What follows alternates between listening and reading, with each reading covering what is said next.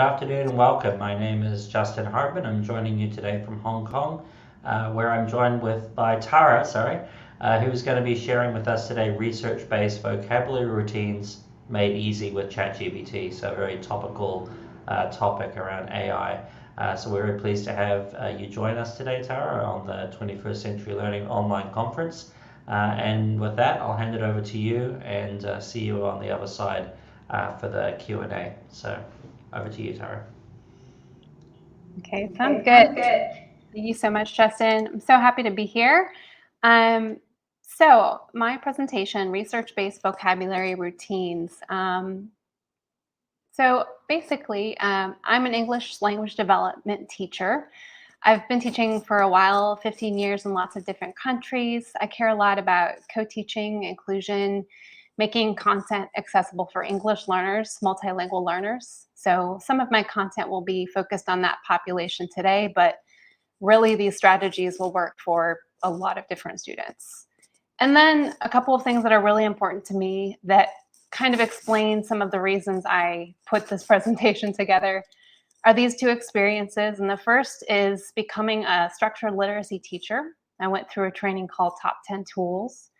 And I took an exam and I got this certification, and it was really career changing for me. And also this program is called Coattail. If you're in the international world, you might know about it, but it talks all about technology integration in the classroom and kind of broadening your classroom to different places. I'm using social media and that kind of thing. So as far as the structured literacy teacher, a lot of what I'm going to present to you today comes from these books. And these books have a lot of information about the science of reading, which is this international interdisciplinary body of research that informs us about how people read and write across languages. And vocabulary is part of that. It's not just phonics, as many people might assume. It's so many different things, so many aspects of literacy. So I just want to credit some of these books. I also read a lot of research papers to help inform this presentation. So I wanted to really make it research-based and evidence-based because I've become so much more attuned to that since I got that certification. So I did this program a while back. It gave me a certificate of educational technology and information literacy. And I used to kind of just think, oh, these tech tools are such a cool way to do something different in the classroom. But ever since taking this structured literacy course, I kind of think about it more as how can we use those tech tools to support the practical implementation of evidence-based practices.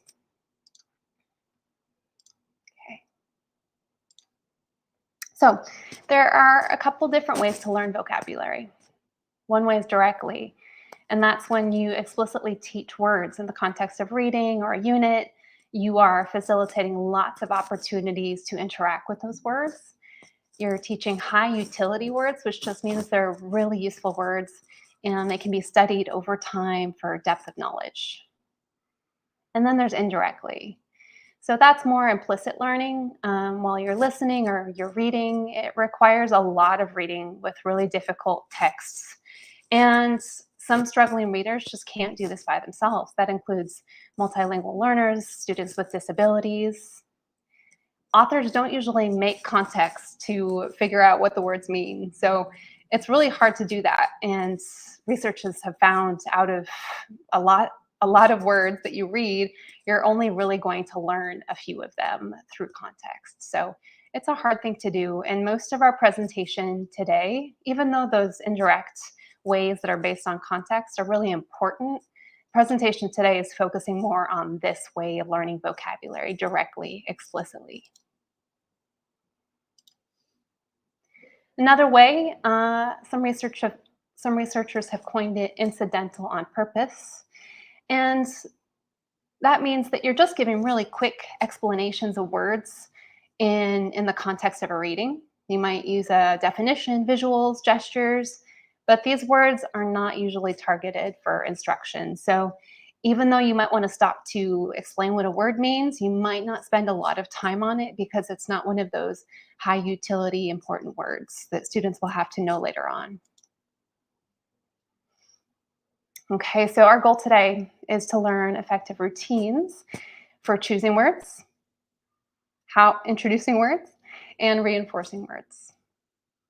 So that's all we're going to do today, but there's also another goal, as you may have seen in the title of this presentation, and that's to make it easier with ChatGPT. I'm aware there are lots of different AI tools by now. This is the most commonly used one, I think. So that's kind of where I centered a lot of my work and my practice with some of these different prompts. And I'm going to share all of these prompts that I use with you in a separate Google Doc after the presentation. They're also in the slide notes. So I hope I can do this, Justin, but I was wondering if I can ask if there's anybody here, what their level of familiarity is with AI tools. So is that something that I can do? Asking people to put a number in the chat just to give me an idea of how familiar they are with AI tools.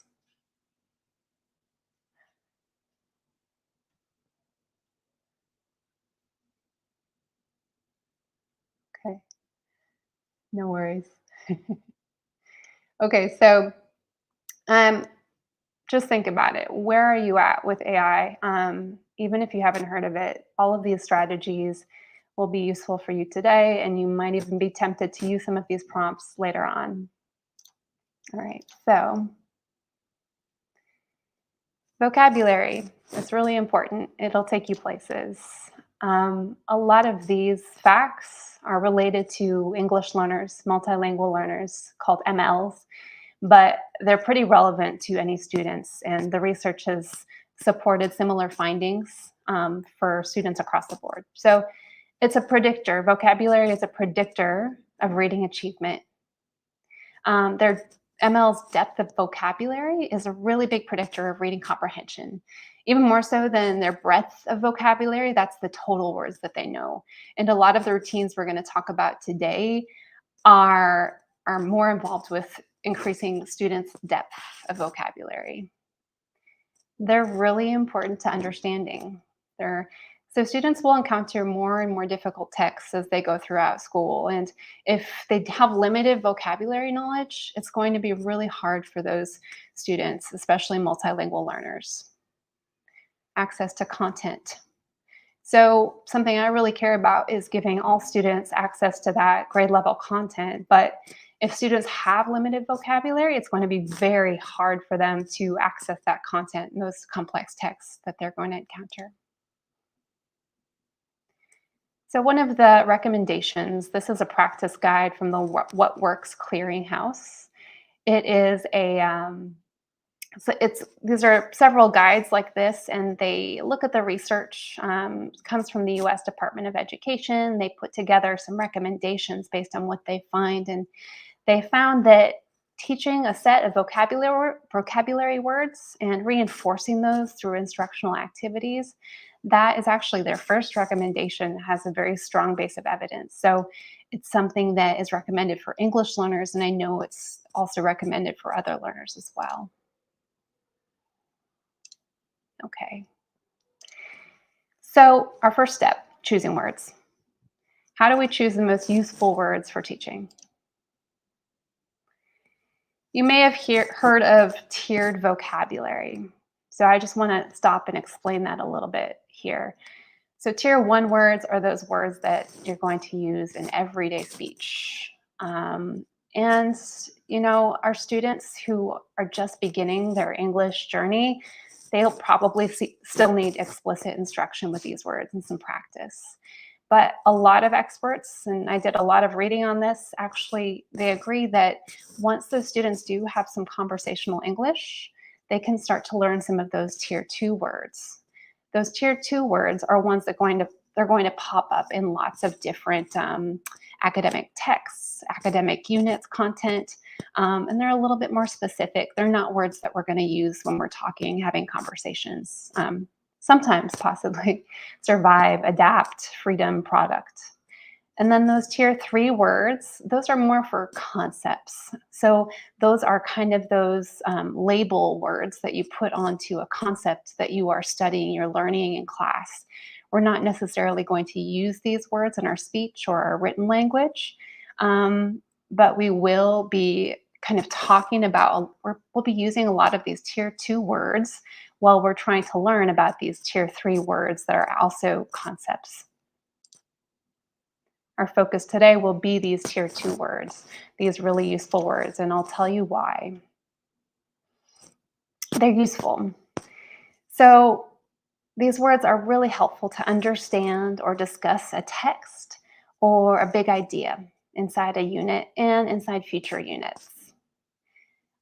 They are general academic vocabulary, and they can be used across lots of different contexts, disciplines, science, social studies, math, and they're complex. So they're not concrete in that you can't just show an object to explain the word. You're going to have to study, you're going to have to discuss them to really understand the concept.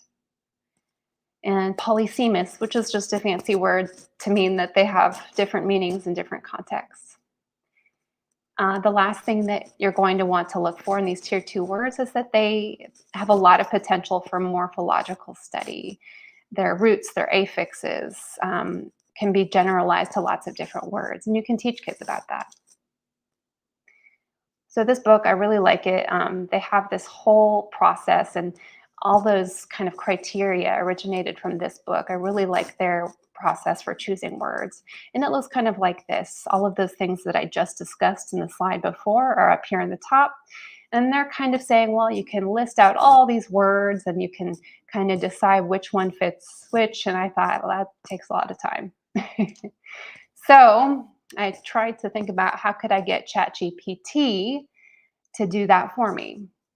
So I came up with a prompt. This is a template for a prompt, and I'm going to give you all of these templates later. You can copy, paste them, change them, whatever you need to do. But basically, it lists all of the criteria that I'm looking for in words, and I just wanted ChatGPT to come up with some words. This is for my geography unit that I'm doing with grade 2 students. I'm co-teaching with grade 2 teachers. I wanted some words to study with the kids. So this is an example of how, of one of the results that it came up with, which was great. And it tells you exactly how it meets all of those criteria. So I found it to be a very useful tool. Another tool you can use, this academic word list is really helpful. So one thing you could do is use the word list to find words to teach, or you can kind of cross-reference, and the words that you're thinking about or the words that ChatGPT gave you, you could do a little search within this list and see if they're on this list. It's the most frequently used word families in academic text. So these are really important words for students to learn.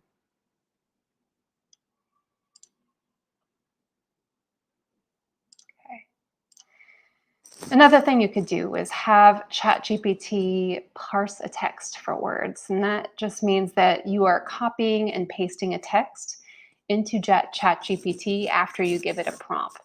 And you are asking it to find those words within the text that will be the most useful.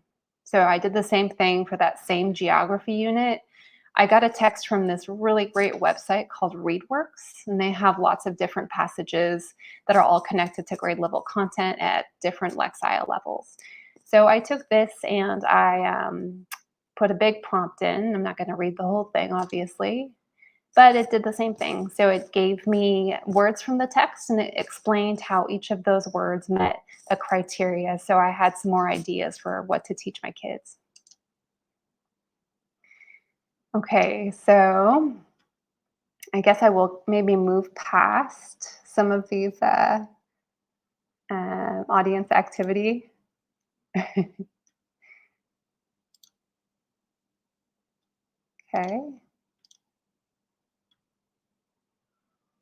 All right. Okay, the next thing we'll talk about here is introducing words. Okay, so what I'm wondering with this is, what are the most effective ways to explain new words? Because there are better ways to explain words to students.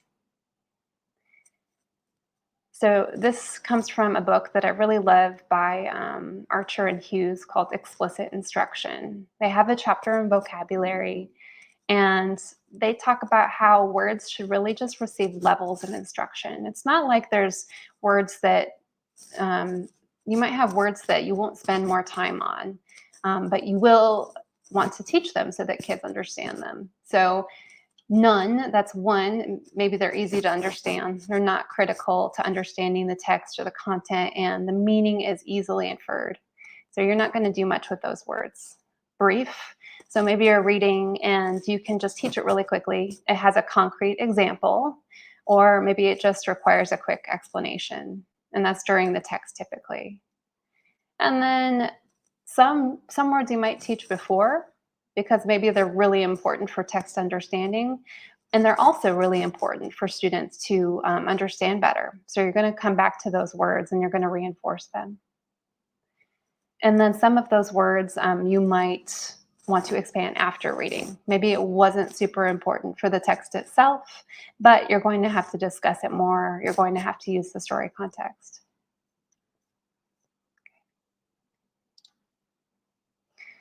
There's some considerations for introducing words, some things that you might want to think about. So especially if you're teaching English learners, you want to think about their home language. It can be a scaffold. So sometimes they just need an English label for a concept they already understand. And ChatGPT also does really good translations, I've found. Personally, I think it's better than Google Translate. And it can translate individual words, or you could give a whole explanation of a word. So I found it useful for that reason as well. Student friendly, you should use definitions that are easy enough to understand. They only have words that the students will know, and they offer explanations for how words are used in context. Phonology. So it's really important to have the word in print and to ask students to pronounce it, to decode it. There's a lot of research behind this. And even if kids don't know how to read yet, they've done studies and shown that those kids, if the words were there in print, they actually retained them better. So it's a really good idea to have the word in print and to spend a little time on pronunciation. Morphology. So check your word and see, does it have any roots or affixes, prefixes, suffixes? If you spend a little bit of time on that, just imagine how helpful that can be to transfer to other words. So it's a very generalizable thing to be able to understand what a word part means and recognize it in other words as well. Scripting it out. So a lot of us might be a little bit wary of a script, and it's not like you have to read the script, but sometimes if you plan out what you're going to say, you'll be more intentional, more efficient with your teaching, even if you don't follow it exactly. And we're going to see how ChatGPT can help us with that because it takes time to do that. Context. It's so important. So you have to contextualize words. Even if you're pre-teaching, you have to have some kind of context for the students to latch onto when you're introducing words. Okay.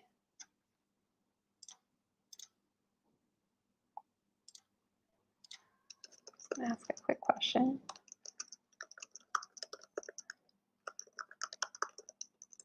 Okay. All right, so speaking of context, I do have a read aloud routine that I use with my younger students for introducing words. And basically I have the slideshow organized by before, during, and after reading. Some of these words are those tier 2 words that I'll reinforce. And some of those words are just kind of that brief explanation so students understand what the word means. And I prepare this before I do a read aloud. So I will share this. It also provides a lot of opportunities for oral language. So I'll share this as well at the end of the slideshow.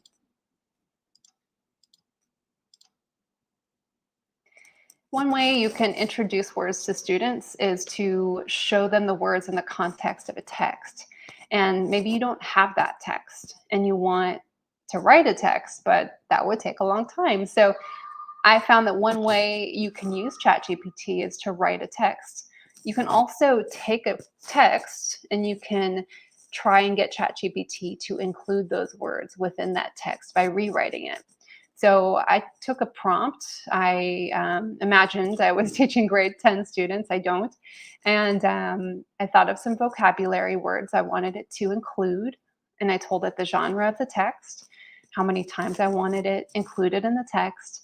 And I told ChatGPT the Lexile level. I told it some of the big ideas I want to get across to my kids. And this is what it came up with. And I was pretty happy with it. I'm not always happy with ChatGPT's writing style, but when you consider the time it takes to make a text and to write one, I think it's a great starting point. You can tweak it, you can change it. It doesn't sound quite right to you.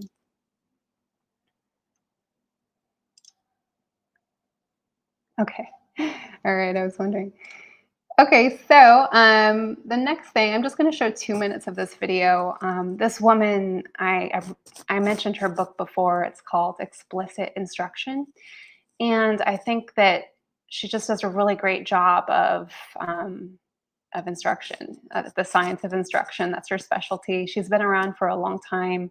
And yeah, I'm just going to go ahead and show a couple minutes because it goes into what I'm going to talk about next. Let's see, Justin, will this work? I'm going to try.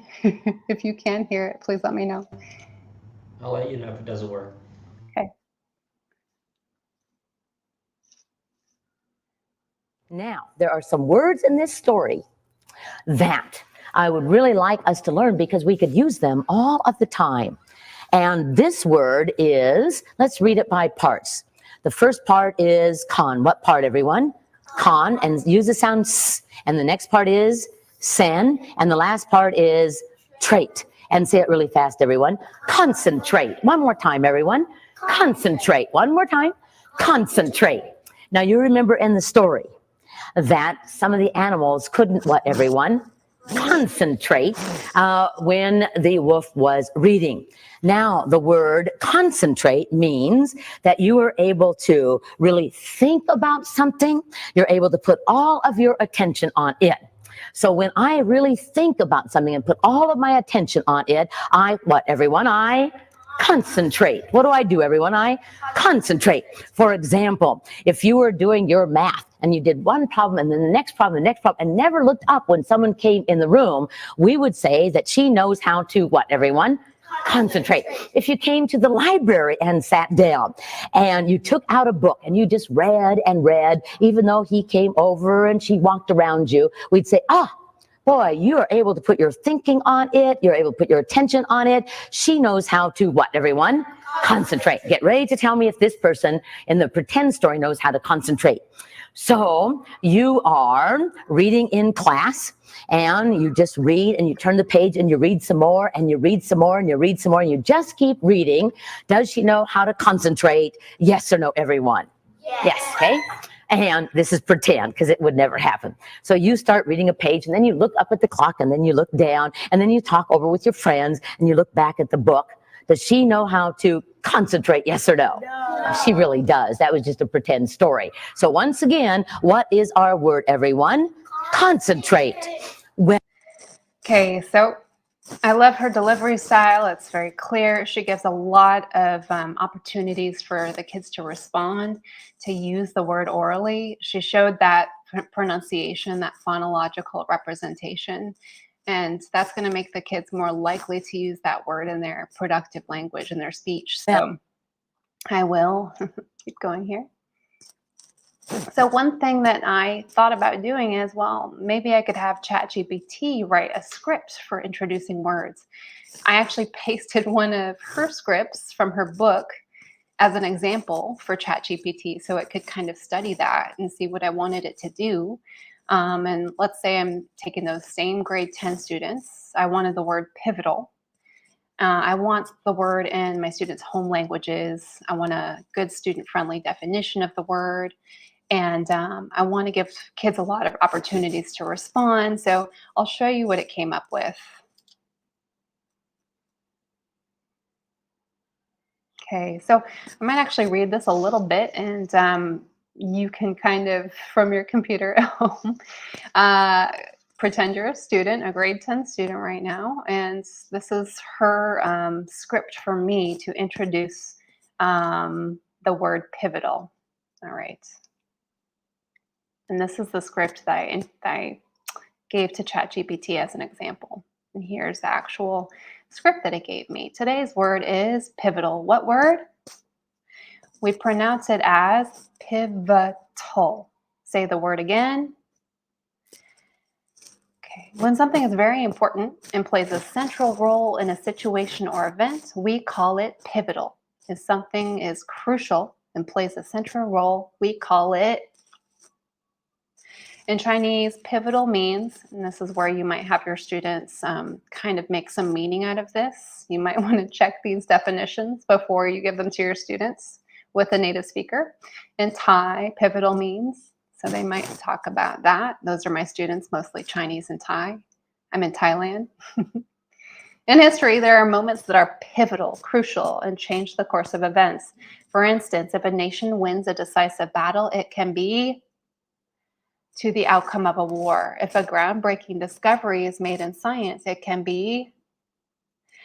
So as you can see, it made a pretty good script for me. And I've actually copied and pasted this script and just put it up on the screen because I think that supportive text is also helpful for some students, and they just supply the words, and you might even write some different forms of the words on the board. So pivotal is a tricky one, but some of the inflected forms, past tense, or maybe adding a suffix like shun or something like that. So there's a lot of possibilities there.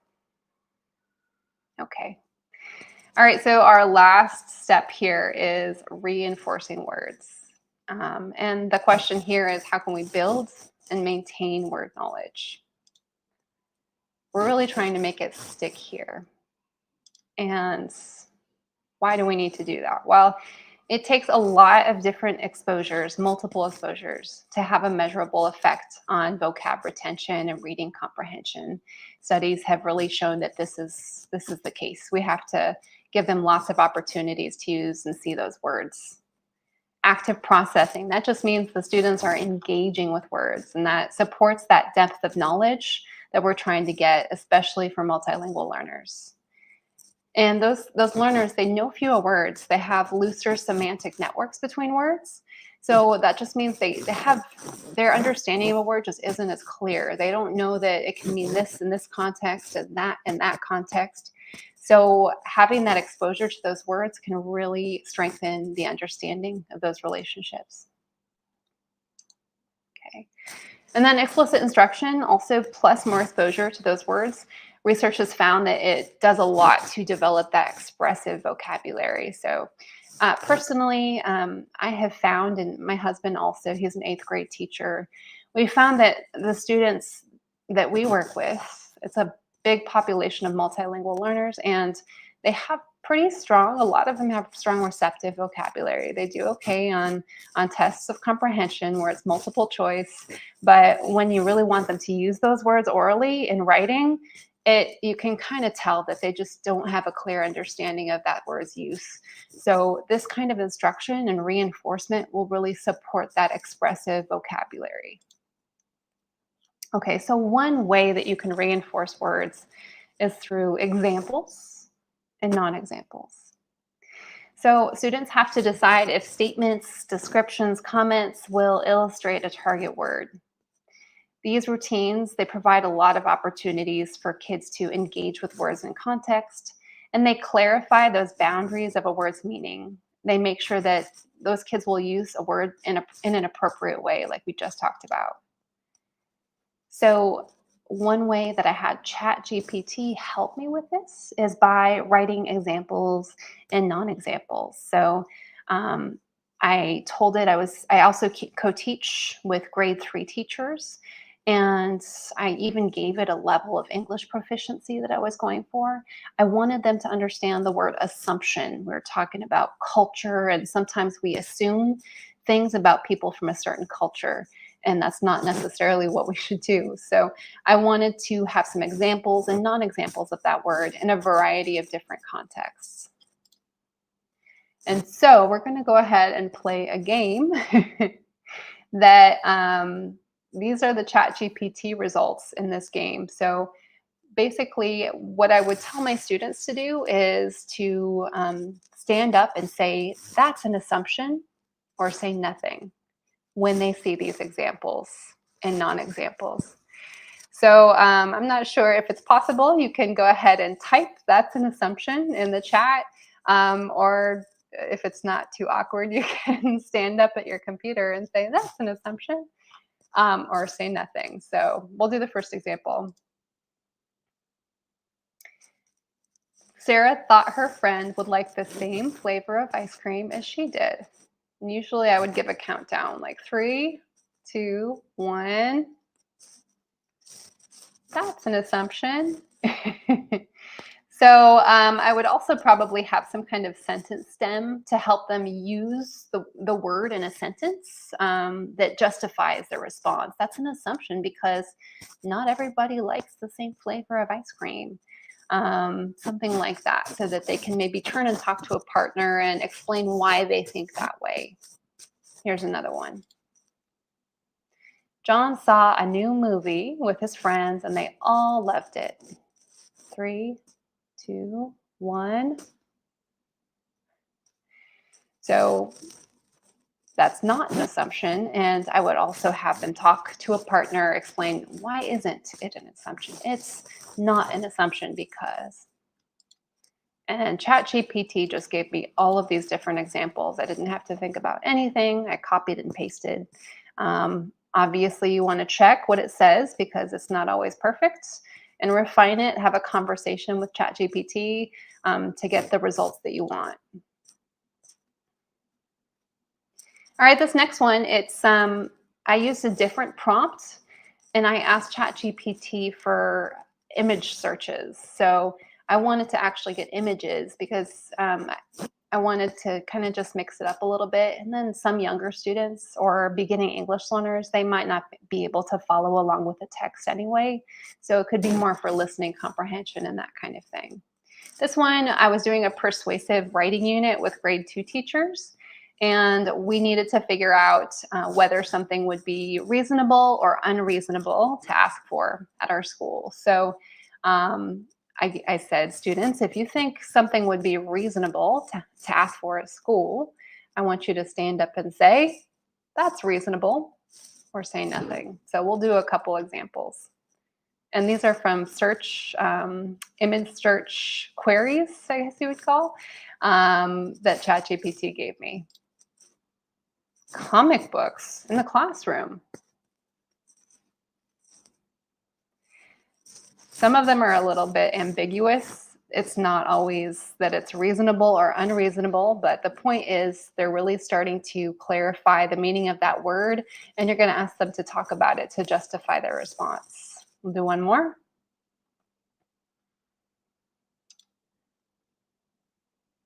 A McDonald's at school. So here you might also even teach the prefix unreasonable to show how they might be talking about it. Well, that's unreasonable because McDonald's isn't healthy. That would really get them talking. So that could be another thing. I had a few more. We'll go to the next one though.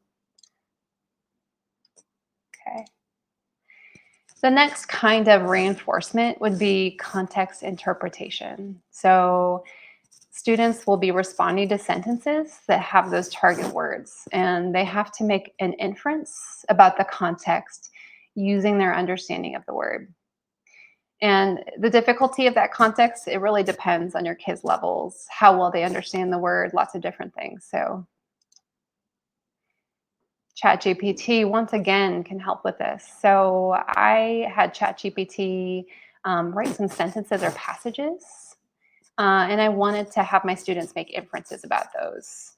So I gave really specific instructions to ChatGPT. I wanted it to make really vague passages so that students can make an inference. So I just have a lot of specifics here. I had to tweak this a lot, but this is what I got. For the word cruel. Okay. So read the passage and answer the questions. So I would ask the kids, well, all the kids on the playground were playing nicely, but Tim was being cruel. So obviously we have no idea what Tim was doing. The students have to use what they know about the word to come up with some kind of context for that situation. So I probably want to ask you right now so I can get through this. But yeah, this is a really great one because it requires some critical thinking and some creativity on the student's part. All right. Another one is to have students write sentences or passages. It's the same kind of thing, but the activity is a little bit different. And I'll show you on the next slide. My husband is teaching the novel Animal Farm right now to his grade 8 students. So I took 4 words that he is trying to teach to his kids. And I actually wanted ChatGPT to come up with expressions that illustrate those words. So just things that students might say in everyday speech. And you're taking these really kind of abstract, difficult words and you're giving them a chance to apply it to a context that's a lot more relatable to them. So that's kind of the goal for this activity. And I'm going to show you what it looks like. So it gave me some different answers. So we'll go here. And this is also from Explicit Instruction, that book, and it's a unison response. So basically each number represents a different vocabulary word. And students, you kind of have to teach them to hold up a number here right next to them so that they can decide if it is if that context applies to the word. So we'll go ahead and let's see which word fits. All right, always tell the truth. It's the golden rule. So maybe you do a countdown like 3, 2, 1, and hopefully students are doing this, holding up 3 fingers. Okay. Number 2, I'm getting tired of the teasing from my classmates. And do 3, 2, 1. Hopefully they have 4 fingers up. Okay. And they might have some different responses. You can have them turn and talk about it, and it can become a conversation, which also increases oral language opportunities. So all of those, ChatGPT kind of gave me a whole menu of different expressions, and I just chose the ones that I liked the best. These all come from that, just copy and paste. I will give you these templates as well. So you can basically just copy these templates and change the content. You can use them in your classroom tomorrow if you want. The next one is context generation. So it's having students come up with situations. Instead of making inferences, they actually have to come up with some kind of context or situation for the word. It's really great for expressive language, critical thinking, creativity, and they're going to come up with some more elaborated responses. So one example I have was having ChatGPT write sentences to be used for context generation. So I was thinking about grade 1 students, and I was thinking about character traits. It's kind of a common thing we teach in elementary. So timid, bossy, greedy, spoiled. And I wanted all the sentences to be the same. I only wanted one word to change in the sentence. Let me show you what I did with this. So I got lots of different choices from ChatGPT, and this is the one I chose. And as you can see, all the sentences are the same, except one word changes. Ideally for this activity, and this is based on an activity called Numbered Heads Together. It's a Kagan routine. And it has a lot of research behind it. It's very good and effective. I would have kids sitting in groups of 4, and each group would have a color. So like you got a yellow group, red group, blue group, and then each student in that group would have a number. So they would be number 1, 2, 3, or 4. The great thing about this activity is they had to come up with some kind of situation to explain. For example, the yellow group needs to think, well, what explains this boy's timid behavior? So they have to think about what that word means, and they have to come up with some reasons for why the boy might be acting timid. It really tests their understanding of that word. But then the fun part is this links to a spinner. I can't open it right now because I'm sharing this tab, but it links to a spinner. You can't really have a spinner right in Google Slides, unfortunately. But you click on it, it goes to another tab with a spinner. You click on that and it does, the fun little clicky thing. And whichever student, whichever number it comes up with, that student has to share their response. So if it's number 2 student, hopefully they were actually talking to their group members. It really holds people accountable, and they have to share their idea, the group's idea that they all came up with. Finally, there's written activities, and it's kind of similar to the other one, except you're having students use words in writing, which is a very different thing. You're providing a lot of active engagement with those words. You're building expressive language. So back to that grade 8 Animal Farm example. I wanted ChatGPT to come up with some stems, some prompts that students could use for writing activities. So the word that I chose for this activity is tyrant. And the stem, I wanted it to end the stem with a conjunction. So if you've read The Writing Revolution, you might be familiar with some of these activities. For example, because, but, so. So if students really have to think critically about that word and in a sentence that ends with one of those conjunctions. And I'll show you on the next slide what that would look like. It gave me a lot of different stems, lots of different ideas. I chose this one. Napoleon the pig is considered a tyrant because. Now imagine if you did Napoleon the pig is considered a tyrant, but, or so, the students would come up with very different responses. So you can also teach some writing skills explicitly within this activity. So what students have to do here is the same. They have to come up with something together. They have to write the same sentence on their whiteboards. And once again, you open up the spinner. If a student's number is called, they have to share their group's response. So everybody's accountable, everybody's working, everybody's thinking. All right, the very last one I'm going to tell you about is puzzles. So these are short sentences, closed activities. They're kind of like clues, and they are difficult and they get easier. So they're a really fun way to ask kids to think critically about words and how they might apply to a context. So ChatGPT prompt for this, I'm not telling you the word because I want you to guess. As grade 3, I was grade 3 teacher trying to teach a word. And this is the prompt as like, give me 3 closed clues so that students come up with a word. And here's what it came up with. So you can think about it. I might tell students, hey, make sure you wait until the last clue. Don't just blurt it out if you know it, just so that it keeps them thinking. Or they can write it down if they figure it out, something like that. So here's the first clue that ChatGPT gave me, just copied and pasted from the results page.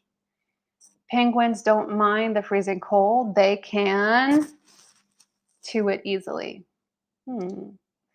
People who live where it's super hot build homes to help them to the weather. When things around us change, we learn to by changing our ways. And then I might say, everybody, what's the word? Adapt. Hopefully you got that one. Okay, everyone. That's it. I hope that you came away with some routines for choosing words. Sorry, a little bit of echo here. Introducing words, reinforcing words. I'm going to share a folder that has all of these templates that you can just copy and paste, put in your own presentations. I have a Google Doc. It has all of the prompts, and I'm going to share this presentation as well, and that read aloud routine too. So I hope you find that useful. I would really love to hear your feedback. So if you try any of this, or if you just have some ideas about my presentation, I would really like to hear about it. I have a link to a feedback form, and I'm also going to share that link with you here, hopefully. You can also reach out to me on Twitter, or this is my email. So thank you so much. I appreciate the time that you took to watch this presentation. Sorry, I couldn't quite figure out how to do the interaction, but if anybody has questions, I'm happy to answer those.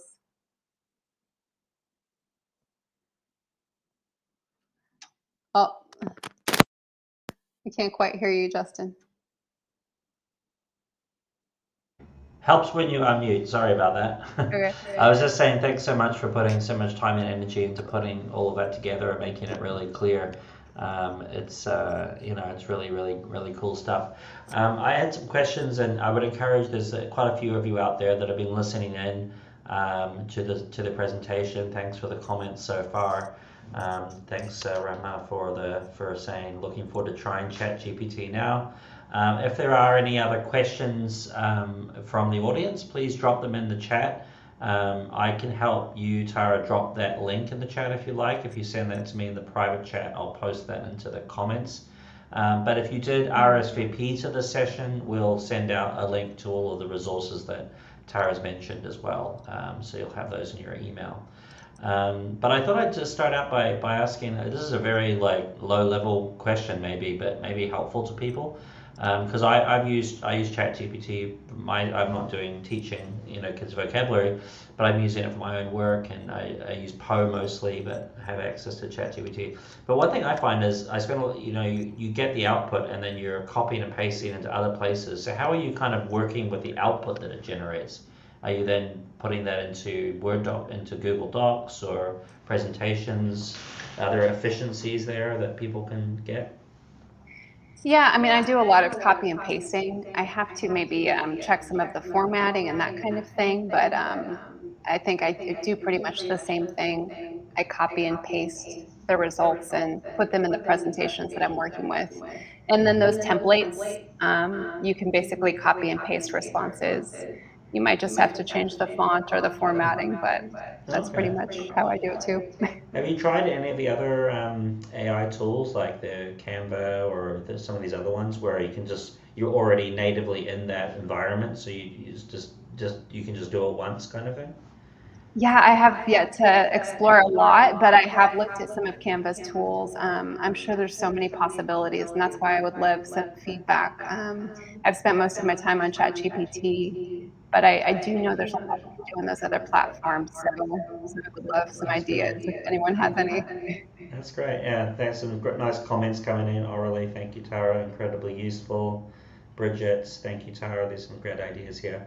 That's great. Yeah. I mean, the other question I had is, how often do you find what it comes up with is something that you need to make changes to? Is it like hallucinating, as they say, or is it coming back, 95% okay most of the time?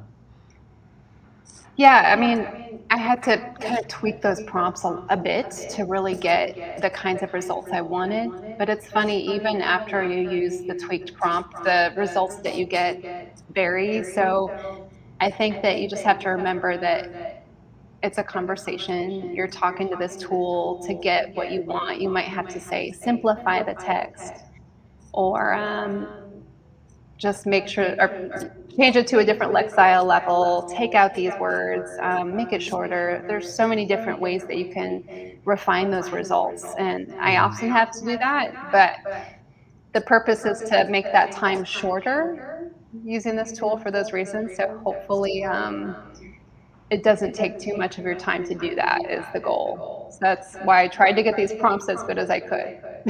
Yeah, for sure. And you have like a little bank of them, I guess, that you can Yeah. just pull up when you need.